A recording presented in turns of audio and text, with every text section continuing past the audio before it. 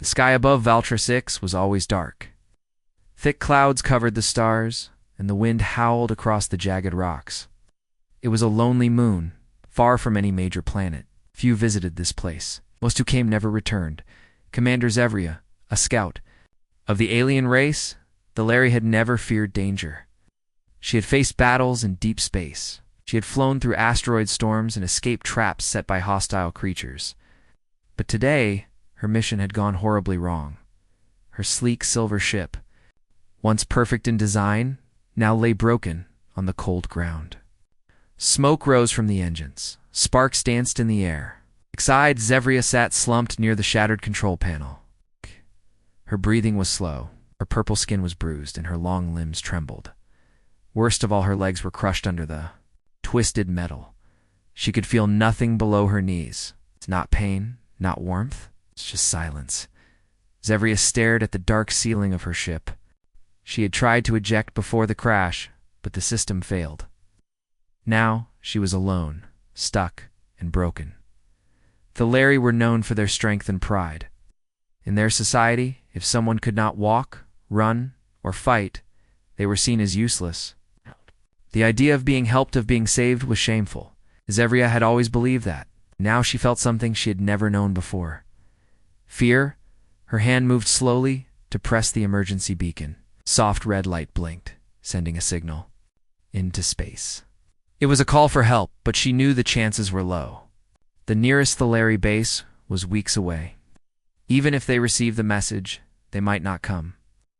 Why save a broken scout when a new one could be trained? She closed her eyes, preparing for the end. But far away, someone was listening.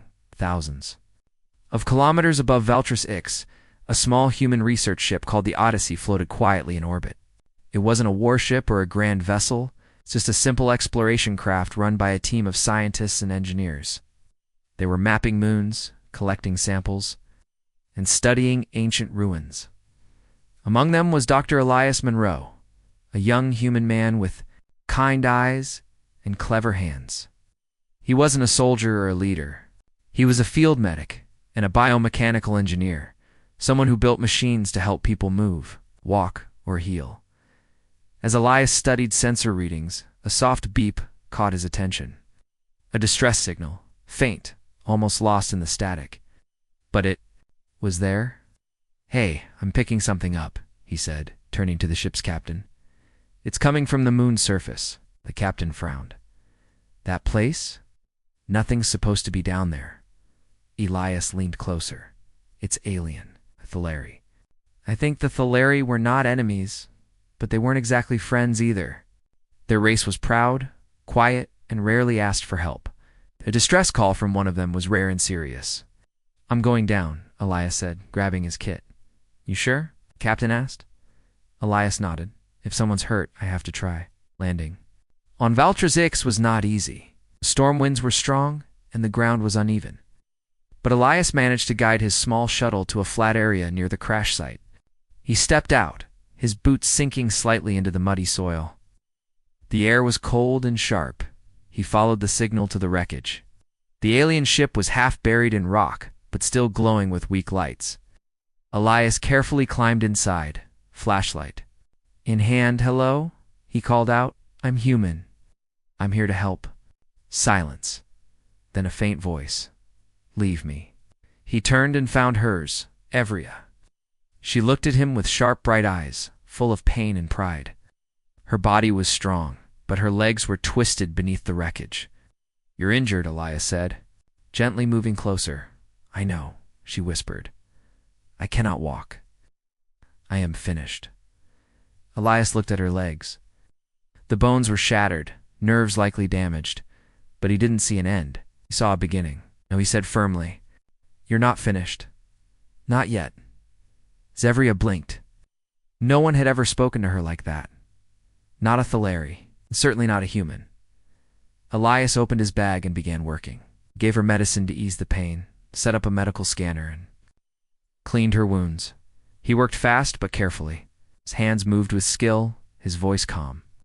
"You are strange," Zevria murmured. Elias smiled slightly. "You're not the first to say that." She looked away. "I am Thalarie, We do not survive like this. We fight or we fall, Elias said. adjusting her leg brace. Humans don't believe in giving up. Zevria didn't answer. She felt something strange in her chest, a small warmth, like a spark. She didn't want to name it. Not yet. Outside, the storm raged on. But inside the broken ship, hope had entered quiet and steady, carried by the hands of a human who refused to let go. The cold wind outside howled like a beast in pain. But inside the crashed alien ship, it was strangely quiet. Only the soft humming of Elias's medical scanner and the gentle beeping of his tools could be heard. Commander Zevria lay on a metal board, her eyes half open. Her breathing was slow, and her legs were tightly bandaged. She watched the human with confusion and growing curiosity. He moved quickly, always checking something. He whispered softly to himself as if his thoughts needed to be spoken to stay clear. He had strange tools, glowing wires, and tiny machines that buzzed around her wounds. "I've stabilized your blood flow," Elias said, more to himself than to her, but the bones, they're in bad shape.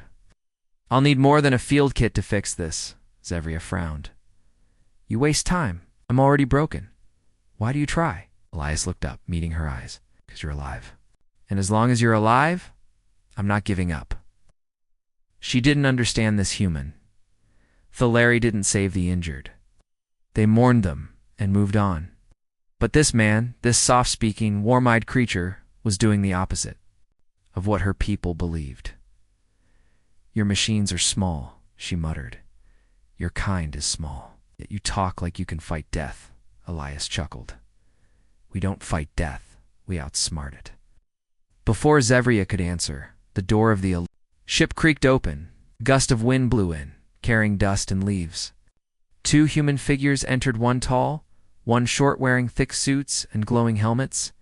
"Elias," shouted the taller one, removing his helmet. "Are you all right?"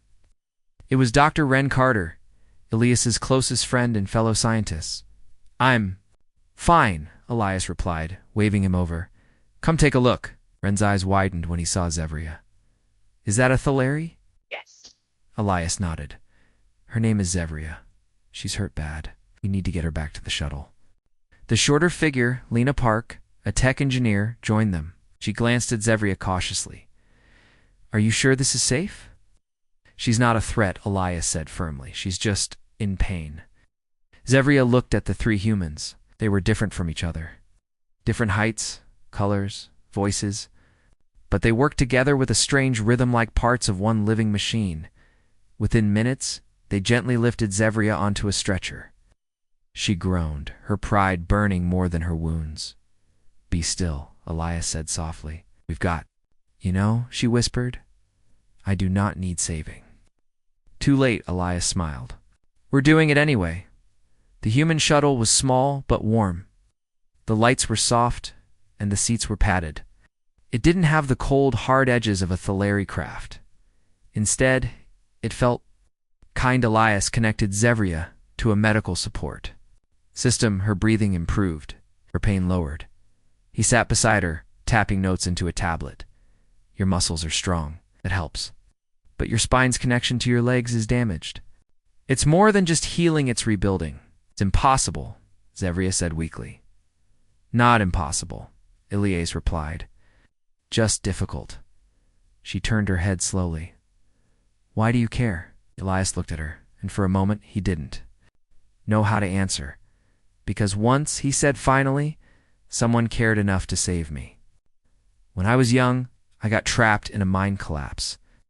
I couldn't move. Everyone said I'd never walk again. But one woman, my mother, she carried me out on her back. She believed in me. So now, I believe in others." Zevria stared at him. His words were simple, but full of strength. Not the strength of muscles, but the strength of heart. "Your kind is strange," she murmured. He smiled. "Maybe, but sometimes strange is what the universe needs." As the shuttle rose back into orbit, the storm on Veltris Ix faded below. Zevria watched the moon shrink through the window. She had come there expecting to finish a mission. Instead, her entire life had changed. Back aboard the human ship Odyssey, Zevria was moved to the medical bay. The room was filled with tools she'd never seen before. Machines hummed quietly, scanning and recording every detail of her body. The human crew kept their distance at first. Some were afraid, others were curious. Zevria was the first Thalari any of them had seen up close, but Elias stayed close. He adjusted her chair, cleaned her wounds, and explained every step of the treatment. He spoke to her like a person, not a patient. Days passed. Zevria slowly began to trust him. She still didn't believe she would walk again. That hope was too far. But she no longer wished for silence. She asked questions. She listened to music. The humans played. Sometimes she even laughed. One evening, Elias brought her a device. It was a metal frame with wires and soft padding. "This is the first part of the exosuit," he said. "It's just a test model, but I think it'll fit your legs." Zevria looked at it. Its frame was light but strong. It wrapped gently around. Her legs like armor. "You made this. For me." Elias nodded. "I've been working on this kind of suit for years. It was meant for injured miners and explorers.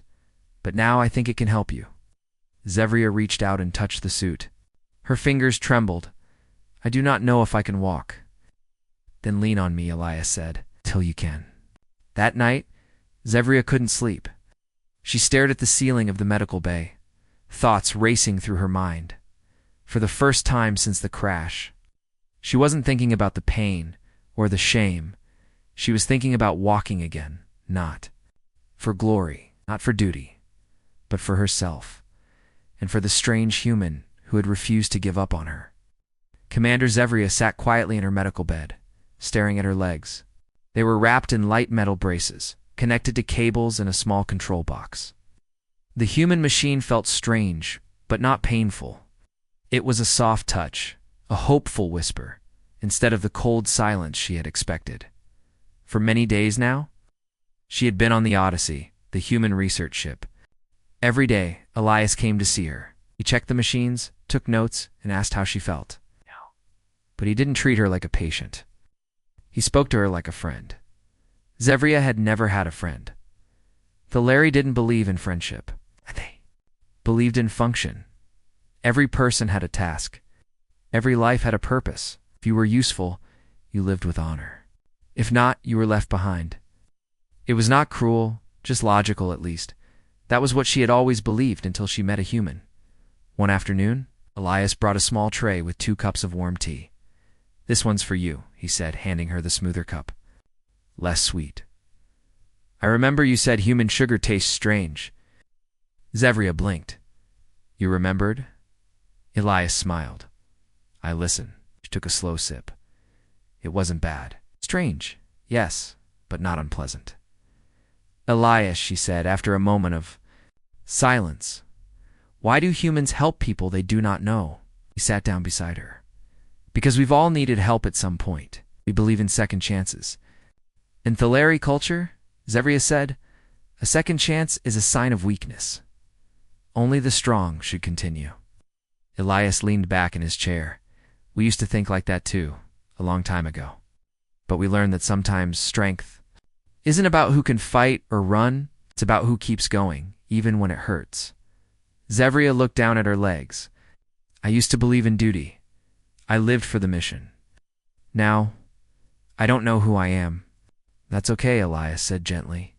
"You're becoming someone new. That takes courage." Zevria didn't reply, but something inside her shifted. Later that week, Elias invited Zevria to a quiet room on the ship. It was filled with light, soft chairs, and glowing screens. "This is our cultural center," Elias explained. "A place where we share stories, history, music, art." He tapped a screen. A video started playing. A human child was learning to walk with metal braces. He fell again and again, but every time someone helped him up. And finally he walked. Zevria watched. In silence, the video ended, but the feeling it left stayed with her. "Is this why you made the exosuit?" she asked. Elias nodded. "Yes, for people like him. And now for you. Xavria's hands tightened around the armrest. I don't want to be a burden. You're not, Elias said. You're a survivor. That matters. As the days passed, Xavria began using the exosuit for short sessions. The suit was connected to her nerves, reacting to small signals from her brain. It didn't walk for her, it walked with her. Her first step was clumsy. Her second nearly made her fall. But Elias was there, always ready to catch her, always saying, try again. The other humans on the ship began to notice. Some watched her sessions quietly. Some offered small smiles or kind words. Xavria had expected fear or pity, but instead, she saw respect. She wasn't just the strange alien anymore. She was someone trying.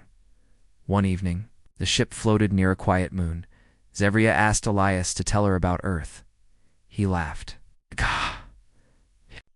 Want the long version or the short one? True. She replied. He thought for a moment. Earth is loud, crowded, beautiful, and broken. We've made many mistakes, but we keep trying to be better. Xavria nodded. Your kind has heart. The Larry have mind. Maybe we are two halves. Maybe, Elias said. That's why we explore space, to learn from others. Xavria looked out the window at the stars. I used to think I had seen everything worth seeing, but now, I'm not so sure. Elias smiled. That's a good sign. It means your story isn't over. But not everyone agreed. A message arrived from Xavria's home fleet. They had received the distress signal and were sending a scout ship to retrieve her. It would arrive in 2 days. Xavria sat in silence after hearing the news. Elias waited, quietly beside her. They will not understand, she said finally. They will see me walking with machines. They will think I am weak. Elias looked at her. You're not weak. You're stronger than you've ever been. I am between two worlds now, she whispered. Not fully Thalari, not fully human. You're not between, Elias said. You're a bridge. Turned to him, her eyes glowing faintly. A bridge, yes, Elias said. You can connect us, teach your people what we've learned. Show them that strength can come in many forms. Xavria was quiet for a long time. Then she nodded. Perhaps it is time for the Thalari to learn. The next morning, she walked slowly but surely into the common room where the human crew had gathered. They stood when she entered. Some clapped, others simply watched with wide eyes. Xavria spoke. I once believed that broken things could not be fixed, that once lost purpose could not return. I was wrong. The human spirit does not give up, and because of it, neither will I. Elias stood beside her, quiet but proud. In that moment, she wasn't just a patient. She was a symbol. Commander Xavria stood taller than she had in weeks. The exosuit hummed quietly as it responded to her movements. Every step was still a challenge, but no longer impossible. Her body had not fully healed, but her spirit was no longer broken. In the quiet lab of the Odyssey, Elias stood next to a long table, tools spread around him. He was building something new, pieces of metal, circuits, and energy wires were arranged in careful rows. His hands moved with purpose, connecting one part after another. Xavria watched him from the doorway. You work like a warrior, she said. Elias looked up with a smile. And you speak like one again? She stepped closer.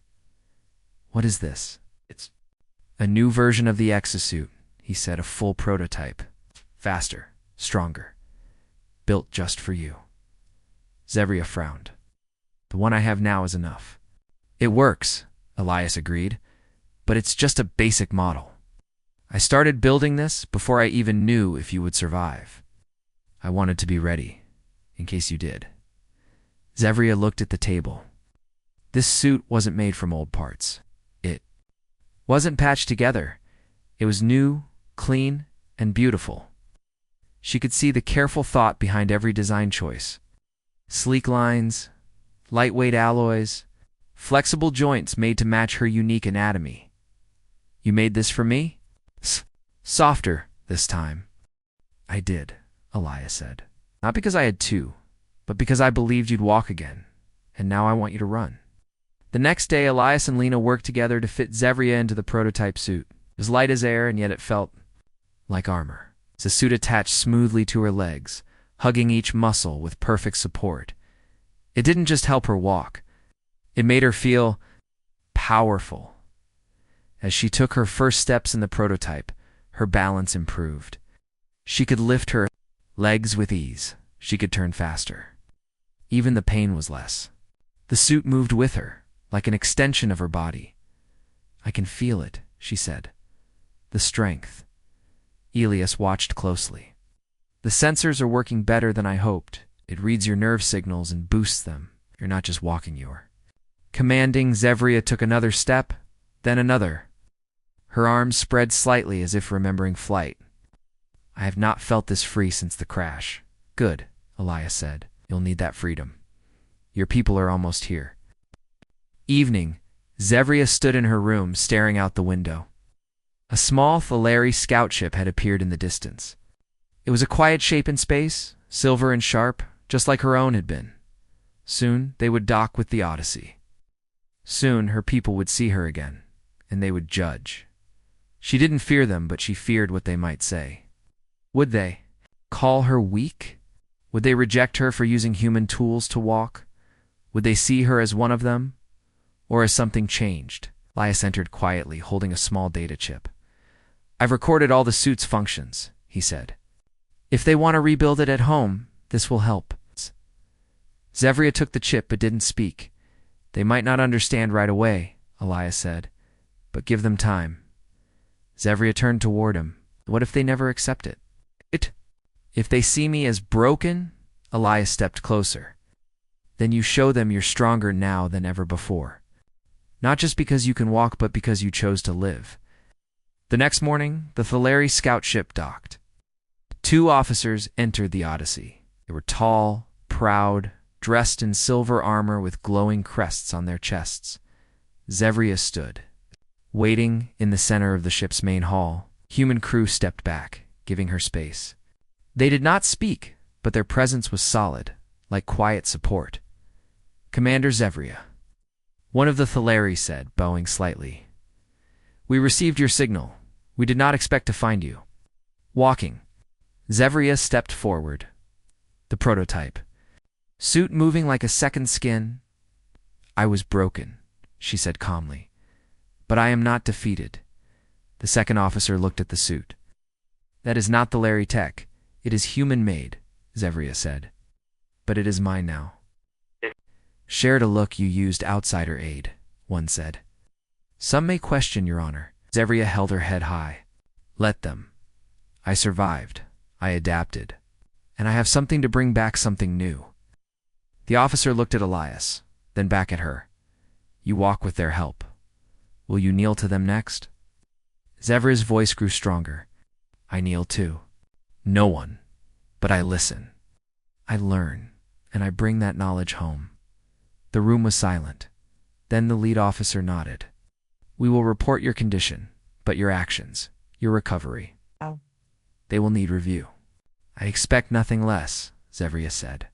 As the Thaleri turned to leave, one of them paused and glanced back. "You walk like a warrior again, Commander." Zevria allowed herself the smallest smile, thanks to a human who refused to give up. Later in the lab, Elias packed away his tools. Zevria stood beside him, holding the data chip he had given her. "You still want to go back?" Elias asked. "I must," she said. "They are my people. But I won't forget this ship, or what I've learned here." He nodded. "Will they let you keep the suit?" "They can try to take it," she said with a smirk. "But I won't let them," Elias laughed. "That's the Zevria I know." There was a pause. Then Zevria did something she had never done before. She extended her arm clenched in a tight fist toward Elias. He understood the gesture. Bumped his fist gently against hers. "You are not just a healer, Elias," she said. "You are a warrior of a different kind," he smiled. "And you are not just a commander. You're a symbol now." As Zevria left the lab, the prototype suit gleaming softly under the ship's lights, Elias watched her go. She had come to them. Broken. Now she walked not just with her legs, but with purpose. And in her step was a promise. The story was far from over. The Thaleri ship Starblade, was quiet as it carried Commander Zevria back toward her homeworld. She sat in a private chamber, gazing out at the stars. Her new exosuit, the human-made prototype, hummed softly around her. It had become part of her now like armor, not just for the body, but for the soul. Her mind drifted back to Elias, the human engineer who had believed in her when she couldn't believe in herself. He had done more than repair her legs. He had given her the courage to stand again physically and mentally. Now, she was returning to a world where logic ruled, where emotions were hidden and weakness was punished. Would they understand? Would they accept what she had become? The Starblade landed on the platform of the Thaleri capital. The sky was silver, filled with sharp clouds and high towers. Zevria stepped out onto the landing deck, her suit catching the soft glow of the morning sun. A group of officers waited for her. Among them was High General Corrin, a tall, serious Thaleri, with cold eyes and a voice like steel. "Commander." "Zevria," he said. "We've received reports of your survival. It was unexpected." "I lived," Zevria said, standing firm. "And I have returned with more than you expected." Corrin's gaze dropped to her legs. The exosuit was visible clean, alien, efficient. "This is not our design," he said sharply. "It is not," Zevria replied, "but it gave me back what we believed was lost." A murmur moved through the officers behind him. "You have bonded with humans," Corrin said.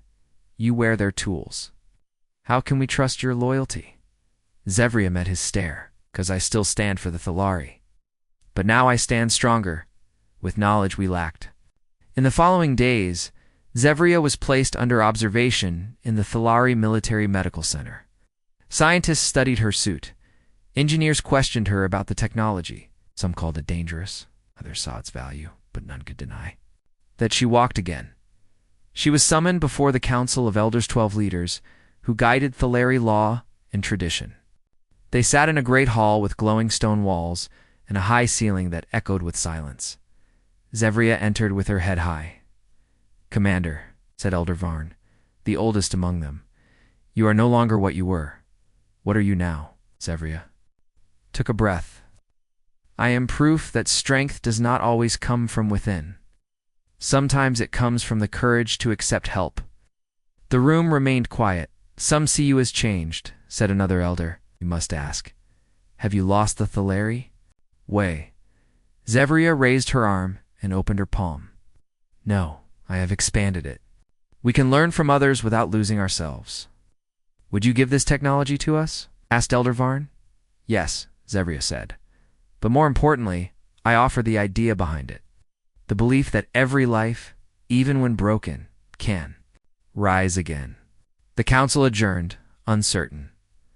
Zevria returned to her quarters and looked at a small screen where she had saved a message from Elias. It was a simple recording. "Whatever happens," he had said, "remember, you're not alone. You carry a new hope with you now. Walk proud." She closed her eyes, remembering his voice. The next day, she received word. The council had made a decision in a large gathering hall. Before hundreds of Thaleri citizens, Zevria stood at the center. The council spoke first. "Commander Zevria has returned from the edge of death," Elder Varn announced. "Though she walks with outsider technology, her mind remains loyal to our people." The crowd was silent. "She will not be punished," the elder continued. "Instead, she will lead a new initiative to study, adapt, and improve this technology. Not as slaves to it, but as masters of our future." There was surprise in the crowd. Some murmured approval, others frowned. Then Zevria stepped forward. "My journey was not easy," she said. "I was broken, left behind.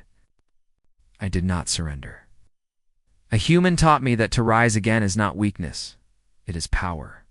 She looked at the officers, the citizens, and the council. "This suit is not a crutch, it is a symbol. And with it, I walk not just for myself, but for every Thaleri who believes in second chances." The hall remained quiet for a heartbeat.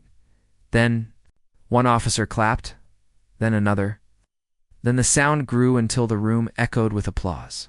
Not thunderous, but steady, firm, like the first beat of a new heart. Later that night, Zevria walked alone through the gardens near the palace. The stars above her shimmered, just like they had on the Odyssey. She activated the communication crystal Elias had given her. It blinked once, then glowed. Elias, she said softly, knowing the message would be stored and delivered when he was awake. I made it. They accepted me. Not fully. Not yet.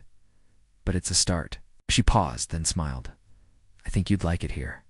It's colder, and the food is terrible, but the people are learning. Slowly. Just like I did.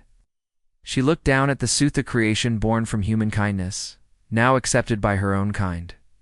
Thank you, she said, for giving me back my life. Commander Zevria walked through the great halls of the Thalari Science Command Center. Her steps echoed against the shining metal floors, steady and strong.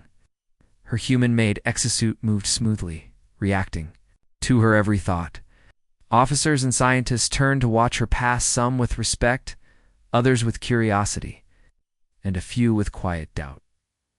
It had been several weeks since the council accepted her return. In that time, she had trained daily, tested the prototype in every condition, and taught others what she had learned from the humans.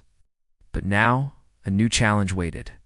A ship had gone silent on the edge of Thalari space. The Ravina, a research vessel, had been studying energy anomalies near an uncharted system. Then it vanished. No signal. No response. Just silence. Zevria had been chosen to lead the search mission. In the central briefing room, a large hologram of space flickered. In the air, dots and lines showed the last known position of the Ravina. General Corrin stood next to the display.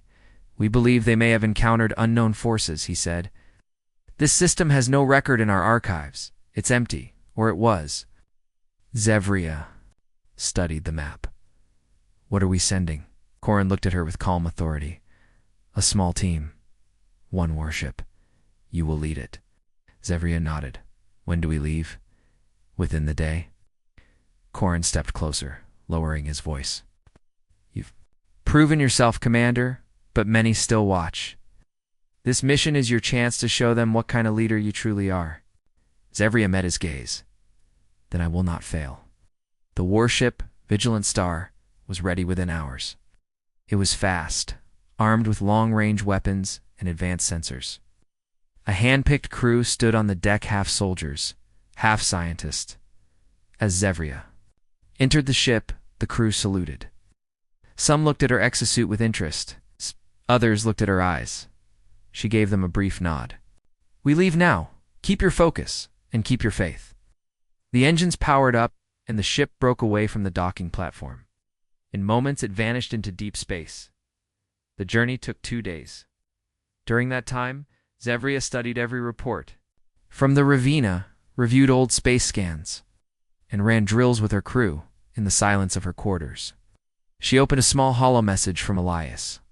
He appeared on screen with a smile. I heard you're leading a mission, said. No surprise.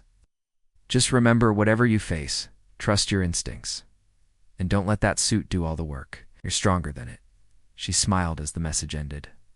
Then she looked down at the exosuit, touched one of the smooth connectors. At her hip, I haven't forgotten, she whispered. On the 3rd day. The Vigilant Star dropped out of warp near the uncharted system. The stars here were faint. A strange energy filled the space around them, like a soft vibration humming beneath the surface. Sensors picked up a weak signal. It's the Ravina, said the science officer, drifting near a dark moon. Life signs, Zevria asked. Unclear. There's interference, but the ship is damaged. Zevria nodded. Prepare a landing team, I'll lead it. The shuttle touched down on the dark moon near the Ravina. Dust blew across the surface in slow, ghostly waves. Zavir led the team across the rocky ground, her suit handling the low gravity with ease. Inside the Ravina, the lights flickered. Wires hung from the ceiling. The ship was quiet to quiet. Check for survivors, she ordered. And stay alert. They moved through the halls. Then they found them 5 crew members, weak but alive, hiding in the med bay. One of them, a young Thalari scientist, looked up with wide eyes. Commander Zevria said, We thought we'd never be found. You are safe now, she said. What happened? He pointed toward the control room. Something came through the energy rift we were studying. It wasn't natural. Act us. Act us. Gavria's face grew serious. Show me. In the Ravina's control room, the logs showed strange data readings of energy waves that moved like living creatures, signals that changed shape and sound. Then came the images, brief flashes of a shadowy object that moved too fast for sensors to lock onto. Zevria watched closely. This is not like anything we know, she said. Not Thaleri. Not human. Something new. Suddenly the lights dimmed again. Deep hum passed through the floor. We're not alone, someone whispered. Zevria turned sharply. Back to the shuttle now. Outside a shape moved in the shadows above the moon's surface. It was large, almost invisible, but the energy readings flared around it like lightning. It's coming, shouted a soldier. Zevria turned to face it, raising her weapon. Get the survivors to the shuttle. The team moved quickly. She stood her ground, aiming carefully. The suit boosted her speed, her senses, her balance. The shadow came closer. For a moment, she saw its shape, long, dark. Like a twisted spiral of metal and light, she fired. The shot hit the air, but the shadow blinked out, like it had never been.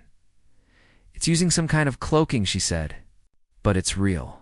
The shuttle door opened. Her team was safe inside. Zevria stepped back, covering them until the last second, and she jumped aboard and sealed the door. Take us up. Back on the Vigilant Star, the survivors were treated. Zevria stood in the command deck, thinking.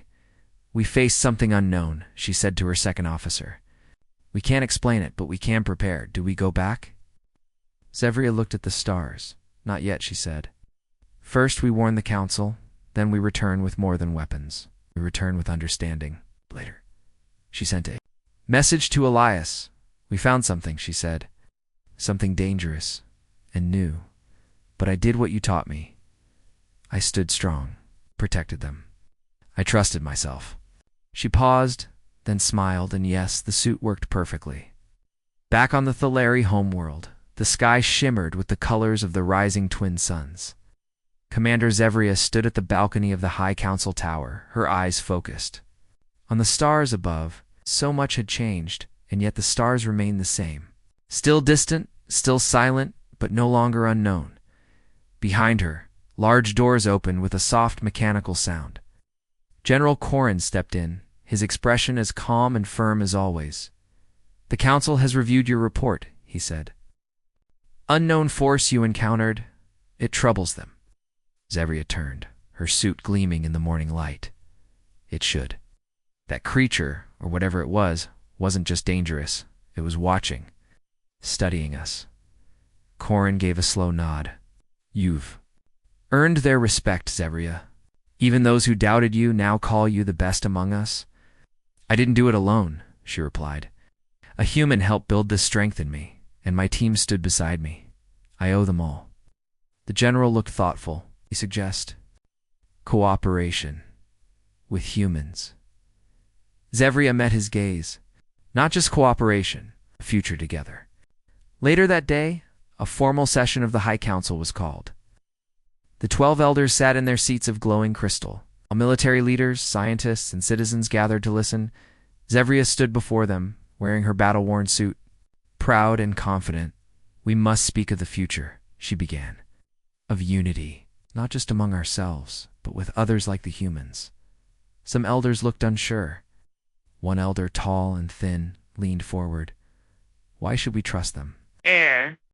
Ways are not ours. Zevria nodded. True, they think differently. They feel deeply. But it was a human who restored me, when even we had given up. And now, because of him, I can protect others again. She paused, letting her voice carry through the chamber. The unknown enemy. We faced near the dark moon, it is not the last. We are not alone in this galaxy, but neither must we stand alone, another elder asked. You want an alliance? I want a future built on hope, she replied. And that future begins with trust. In the following weeks, messages were sent to Earth. The humans responded quickly, welcoming the chance to speak again. A small delegation of engineers and scientists from Earth, including Elias, was invited to the Thaleri capital. When Zevria saw Elias step off the shuttle, she couldn't help but smile. He looked the same kind eyes, tired hands, and a spark of curiosity that never faded. "Well," he said, walking up to her, "you didn't break the suit. That's a good sign." Zevria chuckled softly. "I told you I'd make it back." Stood in silence for a moment, then she added, "I wanted you here, not just as an engineer, but as a friend." "I wouldn't have missed it," he said. Together, they presented their findings to both Thalari and human leaders. They spoke of the strange energy creature, of the rift near the dark moon, and of the risk that something larger could be approaching. But they also spoke of unity, shared knowledge, and the strength that comes when two very different people work together. A new plan was formed. They called it the Guardian Project, joint mission between Thaleri and human forces. Together, they would explore the strange energy anomalies and protect both worlds from the unknown, and Zevria was chosen to lead it. 1 month later, a new ship was ready. It was called the Unity Star, built with Thaleri metal and human systems. It's a symbol of the first true partnership between the two worlds. Inside, the halls were lined with both flags. The crew was a mix of Thaleri and human officers, all trained to trust and support one another. Before the launch, Zevria stood on the bridge, looking out at the stars once again. Elias stood beside her, wearing a clean blue uniform with a small engineering badge. "Ready to fly?" he asked. She smiled. "This time I'm not afraid, not because the danger is gone, but because we're not facing it alone." Engines began to hum. Lights blinked on across the panels. The crew took their stations, and the Unity Star lifted into the sky, rising gently through the clouds before vanishing into the great unknown.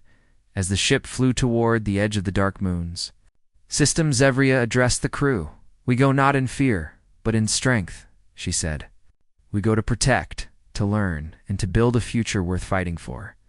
Some say the stars are cold and silent. I say they are full of voices we have not yet heard. Let us be the first to listen." Quiet cheer rose from the bridge. Elias leaned toward her. "Think they're ready?" Zevria nodded. "They'll learn. We all will." Outside the ship, the stars stretched wide and deep. Somewhere beyond them, the unknown creature waited. But now hope had taken shape, not just in armor or weapons, but in friendship, unity, and belief. For the first time in a long while, Zevria felt something powerful in her heart. She felt peace. The end.